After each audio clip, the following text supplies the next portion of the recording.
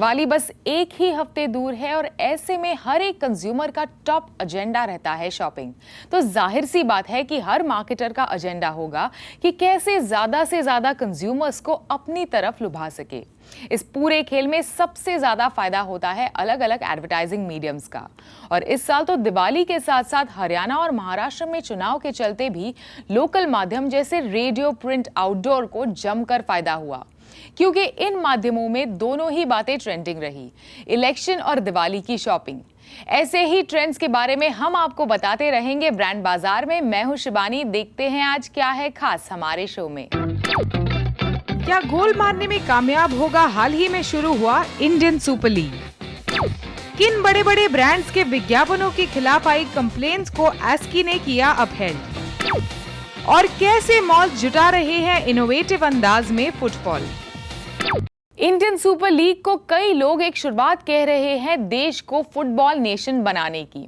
ये league football को grass root से उभार कर नेशनल लेवल पर डाल रहा है। इसे बड़े बड़े ब्रांड्स का सपोर्ट भी मिल रहा है। इस लीग के मैचेस 5 कॉन्टिनेंट्स और 18 अलग अलग भाषाओं में टेलीकास्ट किए जाएंगे। In fact UK, Canada, US, West Asia, North Africa, South Africa, sub Saharan Africa, Indian subcontinent, South East Asia और ऑस्ट्रेलिया में बैठे भी फुटबॉल फैंस इसे देख पाएंगे। पर कितनी कामयाब होगी ये लीग और कितनी पॉपुलर हो पाती है, ये जानने की कोशिश की है हमने। हीरो इंडियन सुपर लीग, जिसे IMG रिलायंस प्रमोट कर रहा है, उसे देश में फुटबॉल फीवर की शुरुआत होगी, ये कहना गलत नहीं होगा। ऑल इंडिया फुटबॉल फेडरेशन यानी AIFF इसे पूरा सपोर्ट कर रही है। देश के बड़े इंडस्ट्रियलिस्ट और कई सेलिब्रिटीज इस लीग से जुड़े हैं, जिससे इसके इर्द गिर्द उत्साह और बढ़ गया है। 8 शहरों के फ्रेंचाइज में निवेश करने वाले ये सेलेब्स इस खेल को जोरदार अंदाज में प्रमोट कर रहे हैं। ये 8 टीम 70 दिन में 61 मैचेस खेलेगी। ये चकाचौंध इस खेल को टीवी व्यूअरशिप के हिसाब से क्या स्कोर दे पाएगी? We don't have that many celebrity footballers. Not too many people will know beyond Baichung Bhutia and a couple of others. You don't really know Indian footballers by their names. So you're trying to compensate it with celebrity appeal in the stand. First couple of matches it will bring the audiences, because yes, if a Sachin Tendulkar is sitting or if a Virat Kohli is sitting or if somebody else is sitting, people will come to watch. Even the viewer will probably be there. But it's the same thing like a celebrity advertisement, right? I mean, after a point the product has to deliver. पिछले दिनों कई नए leagues launch हुए हैं और इन leagues को अच्छा खासा ब्रांड और बिजनेस सपोर्ट भी मिला है। बैडमिंटन, हॉकी जैसे स्पोर्ट्स में रुचि रखने वाले लोग इन्हें फॉलो भी कर रहे हैं। पर इन लीग्स में सबसे पॉपुलर रहा प्रो कबड्डी लीग। देश का देसी स्पोर्ट पहली बार दर्शकों को टीवी पर इस अंदाज में देखने को मिला और लोगों ने इसे काफी पसंद भी किया। तो आई थिंक पोजीशनिंग अगर फुटबॉल की सही हो और ऐसे चैनल्स में हो जहाँ पे रीच इंटीरियर्स तक जा सकती हो, तो फुटबॉल का इनफैक्ट यही ऑब्जेक्टिव है कि उसको इस तरह प्रमोट करें कि वो मास स्पोर्ट हो सके। फुटबॉल के साथ एक इशू ये भी है कि दर्शकों को ये खेल देखने को काफी मिलता है और दूसरा, उन्हें इसके बारे में काफी कुछ पता है। फुटबॉल फैंस और इस खेल के रेगुलर दर्शक पहले से ही इसे देखते आए हैं। इसके फैंस ने वर्ल्ड फुटबॉल प्लेयर्स की गेम क्वालिटी देखी है, तो जाहिर सी बात है कि इस लीग का कंपैरिजन दर्शक वर्ल्ड रिनाउंड टूर्नामेंट से जरूर करेंगे। हालांकि इस लीग में भी इंटरनेशनल प्लेयर्स हैं, जैसे Alessandro Del Piero, Joan Capdevila, Marco Materazzi, Robert Perez और फ्रेडी जंगबर्ग। पर क्या वो ऑडियंस का इस खेल की ओर रुझान बढ़ाने में कामयाब होंगे? Problem for football, and I think the challenge for football is that everybody who's seen international football, when they see Indian football, they'll always benchmark it. अरे यार, वो लोग ऐसे खेलते हैं, हम इतना खराब खेलते हैं. I mean, there has always been that little bit of benchmarking because India has never been good in football. Even 25 years back, जब football वर्ल्ड ऑफ स्पोर्ट में DD में आता था, so उस टाइम में भी वही प्रॉब्लम था। at that point of time there used to be Mohan Bagan and there used to be a lot of football telecast on Doordarshan at one point of time. Mohammedan Sporting, Mohan Bagan and all these matches used to be shown Saturday, Sunday. But लेकिन ये benchmark रहता था कि international sport ऐसा है, लेकिन Indian football इतना behind है, you know. So I think unlike kabaddi, Indian football has to live up to a certain standard which people have already experienced through EPL. कई एक्सपर्ट्स का मानना है कि इसे अराउंड 0.7 की TVR मिलेगी, तो इससे जुड़े ब्रांड्स पर इसका क्या इम्पैक्ट होगा? जैसे hero MotoCorp Indian super league का टाइटल स्पॉन्सर है। हाल ही में मारुति सुजुकी ने बतौर एसोसिएट स्पॉन्सर इस लीग के साथ हाथ जोड़ा है। ऑटो के अलावा कई सारे FMCG, फाइनेंस और स्पोर्ट्स से जुड़े ब्रांड्स इस लीग से जुड़ रहे हैं। पेप्सिको इंडिया और अमूल देश के लीडिंग FMCG ब्रांड्स भी बतौर ऑफिशियल पार्टनर्स इस लीग के साथ जुड़ गए हैं। Muthoot group, Puma, doctor Reddy's, नाइस जेल भी लीग के साथ एसोसिएटेड है। देखिए, एज अ कंसल्टेंसी हम हमेशा कहते हैं कि कोई भी आप अगर स्पॉन्सरशिप लें तो कोई क्लैरिटी होनी चाहिए कि वो स्पॉन्सरशिप की डिलीवरेबल्स क्या होंगे। और अगर इस स्पॉन्सरशिप के आप देखें डिलीवरेबल्स, तो रेटिंग्स पॉइंट ऑफ व्यू से it's not the best bet. पर अगर आपको image awareness, it's like outdoor, it's a support medium. आप स्पॉन्सरशिप लेते हैं तो उसके साथ आपकी जो बेसिक स्पेंड्स हैं उसमें आपको रीच मिल रही है, उसको निकाल के फिर अगर कुछ बचता है तो उसको आप स्पॉन्सरशिप्स में डालिए। ऐसे प्रॉपर्टी में इम्पैक्ट और स्पॉन्सरशिप इंस्टेंटली, जैसे मैंने पहले बोला, नहीं होगी। It's a long term investment. If you are seen as the first supporter of football today और 5-6 साल के बाद ये स्पोर्ट का जो वैल्यू है वो बढ़ता रहेगा। जैसे कबड्डी में 1 रेटिंग्स हुए और ओवर द इयर्स वो स्पोर्ट को इंक्रीज विजिबिलिटी मिली। अगर ऐसे हुआ ISL से, and that is what we have to wait and see. The rich kids, school kids in Gurgaon and Bombay, for them it's cooler to play football than to play cricket, because I think of EPL and a lot of international influences. Football is actually, other than अगर आप केरला और waste Bengal और गोवा छोड़ेंगे तो football is actually more of a higher SEC game. So there is an advertiser interest. A lot of brands are also seeing, asking कि besides cricket और sports में क्या कर सकते हैं। लेकिन एक सीजन में सफलता या हल्का रिस्पांस मिलने से पूरी तरह से लीग की कामयाबी को तय नहीं किया जा सकता। IPL क्रिकेट से जुड़े होने के बावजूद कई सीजन बाद बतौर एक strong successful sporting brand establish हुआ और अब फिर से वो अपनी TRP को लेकर मुश्किल में दिख रहा है।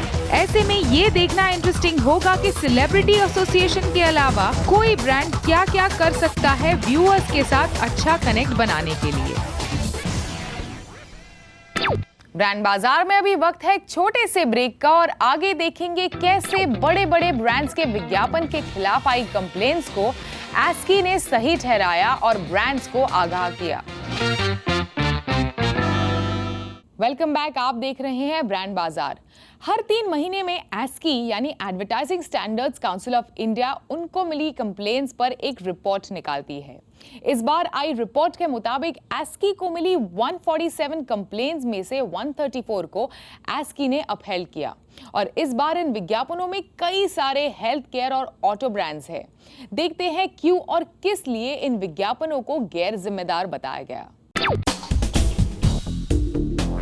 ASCI की इस क्वार्टर की रिपोर्ट में सबसे ज्यादा कंप्लेंट एजुकेशन सेक्टर के खिलाफ रही और दूसरे नंबर पर सबसे ज्यादा कंप्लेंट्स आई हेल्थ और पर्सनल केयर के विज्ञापनों के खिलाफ। एजुकेशन में अधिकतर कंप्लेंट्स उन विज्ञापनों और क्लेम्स के खिलाफ हैं जिनमें एक इंस्टीट्यूट खुद के नंबर 1 होने का दावा कर रहा है या फिर 100% प्लेसमेंट की बात कर रहा है। ये दावे गलत साबित हुए हैं और ASCI ने national institute of hotel management, state institute of hotel management, Jaydev institute of social sciences and research, Gayatri educational institutions, educational mission of information technology और Indian institute of catering technology and hotel management जैसे कई और institutes को अपने विज्ञापन बदलने या हटाने को कहा है। दूसरा सेक्टर जिसमें कंप्लेंट्स का नंबर सबसे ज्यादा है वो है हेल्थ केयर। इसमें फाइजर, बतराज होम्योपैथी, मैरिको जैसे ब्रांड्स के खिलाफ कंप्लेंट्स हैं जिन्हें ASCI ने अपहेल्ड किया है। जैसे लॉरियल के एक ब्रांड गार्नियर के विज्ञापन में ब्रांड दावा कर रहा है कि गार्नियर कलर बालों को 8 हफ्तों का पोषण देता है और ये दावा गलत साबित हुआ है। ब्रांड ने इस दावे के सपोर्ट पे भी कोई तथ्य नहीं पेश किए हैं, इसलिए ASCI से नोटिस मिलते ही कंपनी ने इस विज्ञापन में बदलाव किए। वहीं हिंदुस्तान यूनिलीवर का प्योरेट वाटर प्योरीफायर का विज्ञापन कहता है कि जो लोग प्योरेट नहीं इस्तेमाल कर रहे वो साफ पानी पीने की 5 गुना कीमत चुका रहे हैं। ASCI का कहना है कि इस तरह का विज्ञापन अनफेयर है दूसरे पैकेज ड्रिंकिंग वाटर ब्रांड्स के लिए। इसके अलावा काउंसिल ने 3 बड़े ऑटो मेकर्स को भी अपने विज्ञापन और अपनी साइट पर किए गए दावों में बदलाव करने को कहा। Hyundai ने ASCI के कोड का वायलेशन किया अपनी वेबसाइट और ब्रोशर में ये कहकर कि वो एयरबैग्स और ABS बतौर एक स्टैंडर्ड फीचर दे रहे हैं, जबकि ये सुविधाएं सिर्फ उनके एक वेरिएंट पर उपलब्ध हैं। 2-व्हीलर मैन्युफैक्चरर हीरो मोटोकॉर्प के हीरो एक्सट्रीम के विज्ञापन में एक लड़के को गैर जिम्मेदाराना अंदाज में बाइक चलाते हुए दिखाया गया है। ये ASCI के कोड के खिलाफ है, जिसमें कहा गया है कि किसी भी विज्ञापन में इस तरह की डेंजरस प्रैक्टिस को नहीं दिखाना चाहिए, क्योंकि ये सेफ्टी और नेग्लिजेंस को बढ़ावा देती है। TVS मोटर के विज्ञापन में जिसमें एक्टर सड़क के बीचों बीच गाड़ी रोक देता है लिफ्ट देने के लिए, इस विज्ञापन को भी ब्रांड से वापस लेने को कहा गया, क्योंकि ये अनसेफ प्रैक्टिसेस को प्रमोट करता है। ASCI के मुताबिक पिछले दिनों अपहेल्ड की गई कंप्लेंट्स पर उन्हें ब्रांड से 90% पॉजिटिव रिस्पांस मिला और अधिकतर ब्रांड्स ने अपने आपत्तिजनक विज्ञापनों को या तो बदल दिया या वापस लिया। अब सवाल ये है कि इतनी बड़ी बड़ी कंपनियां इस तरह की गैर जिम्मेदार बातें कैसे अपने कैंपेन में जाने देती हैं। बिजनेस का भी एक तरह से ये टेंडेंसी है कि जो अच्छी बातें करना और अच्छी काम करना, ये शायद दोनों रिलेटेड ना हो। अच्छी बातें करने में कोई खर्चा नहीं लगता, वो सोशल रिस्पॉन्सिबिलिटी की बातें करना सबको सही लगता है, सबको अच्छा लगता है। उस पर ऐड बनाना भी लोगों को अच्छा पसंद आता है, आसान है वो करना। मगर जब एक्चुअली कहीं भी छोटी अपनी बिजनेस के फायदे की बात आती है, वहां वो सारे कंसिडरेशन सेकेंडरी हो जाते हैं। और जो अगर ऐसा लगे कि इससे मेरे को कोई फायदा होगा, और वो शायद हकीकत में हो भी ना वो फायदा, फिर भी अगर लगे भी ऐसा, तो कई बार हम देखते हैं कि वो एक्शंस ऐसे लेंगे जो शायद इररिस्पॉन्सिबल हों। तो ये इसमें अगर आप देखें तो कुछ इंप्रूवमेंट आई है। अगर आप पिछले कुछ सालों में देखें तो एक तरह की खुद की एक जवाबदारी का एहसास मेरे ख्याल से बढ़ा है। मगर फिर भी अभी सिचुएशन, जब तक बिजनेस इंटरेस्ट इन्वॉल्व ना हो तब तक सोशल रिस्पॉन्सिबिलिटी ठीक है। ये जो एक अनरिटन सा एक रूल है, वो अभी भी चालू है, और अभी भी बड़े ब्रांड हो छोटे ब्रांड हो, ये अभी फॉलो करते हैं। कुछ एक्सेप्शंस हैं, ऐसी बात नहीं है कि हर एक ब्रांड ऐसा है, मगर बाय एंड लार्ज अगर देखें तो ये नॉर्म अभी भी चल रहा है। हमारे देश में फिलहाल किस तरह के लूप होल्स हैं सिस्टम में, जिस वजह से ऐसे विज्ञापन बनते हैं और देश भर में ब्रॉडकास्ट भी होते हैं? मेरे ख्याल से जो लूप होल, एक तो लूप होल जो है, ये एक तरह से उसे जो मॉनिटरिंग का लूप होल है और रेगुलेटरी लूप होल तो है, इसे मानना पड़ेगा कि 2 तरह के एडवर्टाइजिंग क्लेम्स होते हैं। एक होता है जो टेंजिबल क्लेम करे कि मैं आपको 12%, 18%, आपका बच्चा ग्रो करेगा जल्दी, ये वगैरह टाइप ऑफ क्लेम्स, जो टेंजिबल सीमिंगली साइंटिफिक क्लेम्स। दूसरे होते हैं एडवर्टाइजिंग क्लेम, जो होते हैं कि भाई मैं आपकी जिंदगी बेहतर करूंगा और आप फैमिली आपका एक दूसरे से प्यार ज्यादा करेगा वगैरह, उस तरह के क्लेम्स। मेरा ये मानना है कि जो इमोशनल क्लेम्स हैं और जो एक तरह से वो non testable type of claims हैं, वो तो एडवर्टाइजिंग जो है वो हमेशा एक तरह से करेगा, और उसे अगर बहुत क्लोजली आप रेगुलेट करना चाहें तो आप एडवर्टाइजिंग का जो एक रीजन फॉर बीइंग है उस पर ही आप अटैक करेंगे। तो मगर जहां बात आती है एक आप सपोजिटली साइंटिफिक क्लेम करने की कि मैं फलां चीज आपके लिए बेहतर करता हूं और उसका ये प्रूफ है, और वहां अगर आप देखें कि भाई आपने 25 लोगों में एक सर्वे किया और उसके मुताबिक आपने कहा कि भाई my toothpaste is 11% whiter teeth than yours, तो उसकी अभी कोई टेस्टेबल या ऐसी कोई वो नहीं है जिसे आपको ये साबित करना पड़े, कोई लाइसेंस अथॉरिटी हो जो आपको ये अलाउ करे कि ये आप क्लेम कर सके। सर्टिफिकेशन इस चीज में है नहीं अभी। तो मेरा ये मानना है कि जब तक ये सर्टिफिकेशन ना हो और जब तक इस तरह के टेंजिबल सूडो क्लेम्स पे आप पाबंदी ना लगाएं या कोई तरह का कंट्रोल ना लगाएं, तब तक आप ये तो बिल्कुल आप कंज्यूमर को उल्लू बना रहे हैं। तो किस तरह के रेगुलेशंस होने चाहिए जिससे कंज्यूमर को उल्लू बनाने का काम ये ब्रांड्स ना कर पाएं? इंडिया में डर इसी बात का लगता है कि जब आप रेगुलेशन करें तो वो ब्यूरोक्रेटिक हो जाता है, उसमें वो अपनी एक तरह से डिस्टॉर्शंस आ जाती हैं, इसलिए रेगुलेशन से सब डरते हैं। मगर जैसे सोसाइटी मैच्योर करे, इंस्टीट्यूशंस मैच्योर करे, इस तरफ हमें मूव करना चाहिए। जब तक कोई स्टैंडर्ड आप इसमें, और जब तक इन अ लार्जर सेंस कोई प्यूनिटिव एक्शन ना हो अगेंस्ट मिस रिप्रेजेंटेशन, तब तक आप इन चीजों को कंट्रोल करना बहुत मुश्किल है, क्योंकि आप एडवर्टाइजिंग करेंगे, आपके रिलीज होने के बाद ही आप कोई एक्शन ले पाएंगे। तब तक वो एडवर्टाइजिंग बन गई, उसे फिर थोड़ा मॉडिफाई करके आप फिर से चला सकते हैं, फिर से 3 महीना लगेगा उसे रोकने में। तो ये इस तरह का जो, जब आपका इरादा सही ना हो तो फिर कुछ करना बहुत मुश्किल हो जाता है इफेक्टिवली, क्योंकि आप you can always stay ahead of whatever regulatory framework exists today। तो मेरे ख्याल से यहां अगर एक प्यूनिटिव एक्शन, मगर ये प्यूनिटिव एक्शन का भी यही है कि वो बहुत सेंसिबली करना चाहिए, क्योंकि वरना उसका भी एक बैकलैश, आप पूरी तरह से अगर एडवर्टाइजिंग कहें कि हर एक एडवर्टाइजिंग को पहले एक प्री सेंसरशिप से पास करना पड़ेगा, तो वो बिल्कुल एक इंडस्ट्री ठप हो जाएगी। तो ये इसका जो सोल्यूशन है वो थोड़ा रिस्ट्रेंट सोल्यूशन चाहिए, मगर some punitive element to the action that today ASCI takes, वो मेरे ख्याल से इज नेसेसरी। ब्रांड बाजार में अभी वक्त है एक ब्रेक का। आगे देखेंगे कैसे मॉल्स जुटे हैं अपने मॉल में फुटफॉल जुटाने की जद्दोजहद में। ब्रांड बाजार में आपका एक बार फिर से स्वागत है। बेशक हमारे देश में एक मॉल कल्चर पनप गया है, लेकिन जगह जगह खुल रहे मॉल क्या कंज्यूमर बटोर पा रहे हैं? नहीं, शहरों में मॉल्स की भरमार हो गई है और आज की तो स्थिति ऐसी है कि कई मॉल या तो बंद हो गए हैं या फिर बंद होने की कगार पर है। लेकिन इसके बावजूद नए मॉल आ रहे हैं और वो सभी अपनी किसी खास चीज को प्रमोट कर रहे हैं। बड़े मॉल जो खास प्रीमियम ब्रांड्स के साथ बाजार में उतरे हैं, अपनी एडवर्टाइजिंग और मार्केटिंग में भी जुट गए हैं।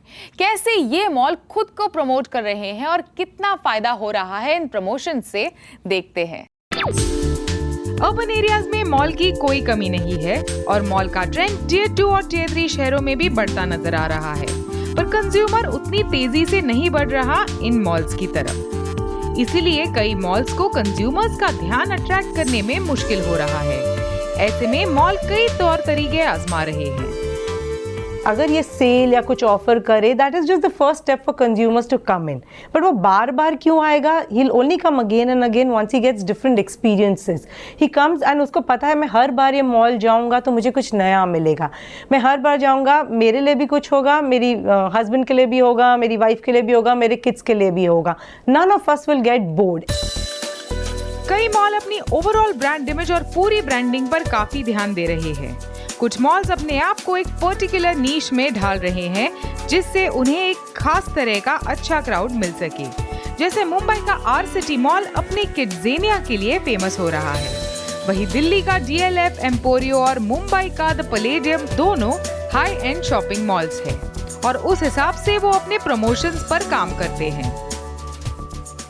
हमारी जो कैंपेन है उसके लिए भी हमने खास कोशिश ये रखी है कि जो मॉडल्स ली गई हैं वो इंटरनेशनल मॉडल्स हैं जो हमारे क्राउड के साथ अपील करती हैं। हमारे कैंपेन में आपको एक नई चीज़ दिखेगी जो बाकी कैंपेन से काफ़ी अलग है। हमारे मॉल के जो इवेंट्स हो रहे हैं उसमें भी आप गौर करेंगे तो प्राइजेस लाइक BMW या जो सोशल इवेंट्स हम करते हैं उसमें कुछ अलग दिखेगा आपको।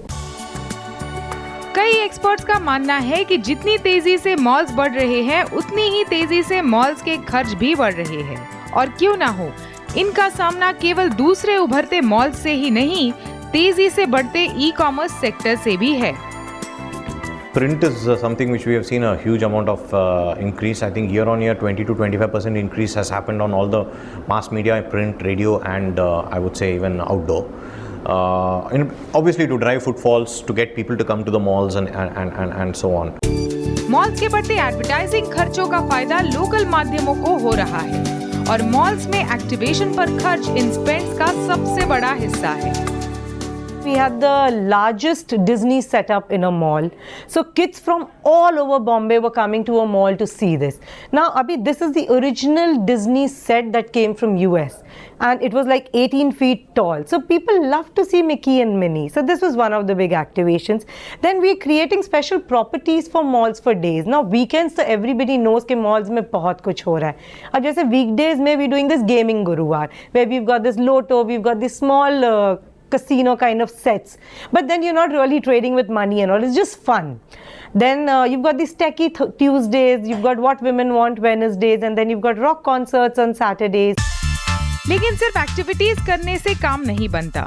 मॉल्स को इंफ्रास्ट्रक्चर फैसिलिटीज जैसे पार्किंग, आसपास की जगह और मॉल की लोकेशन पर पहुंचने की सहूलियत पर भी ध्यान देना जरूरी होता है। आपको हमारा आज का शो कैसा लगा, आप हमें लिख सकते हैं brandbazaar@network18online.com पर, और हमें ट्विटर पर भी फॉलो कर सकते हैं @आवाज़-बीबी पर। फिर मिलेंगे अगले हफ्ते इसी दिन इसी समय सिर्फ CNBC आवाज पर।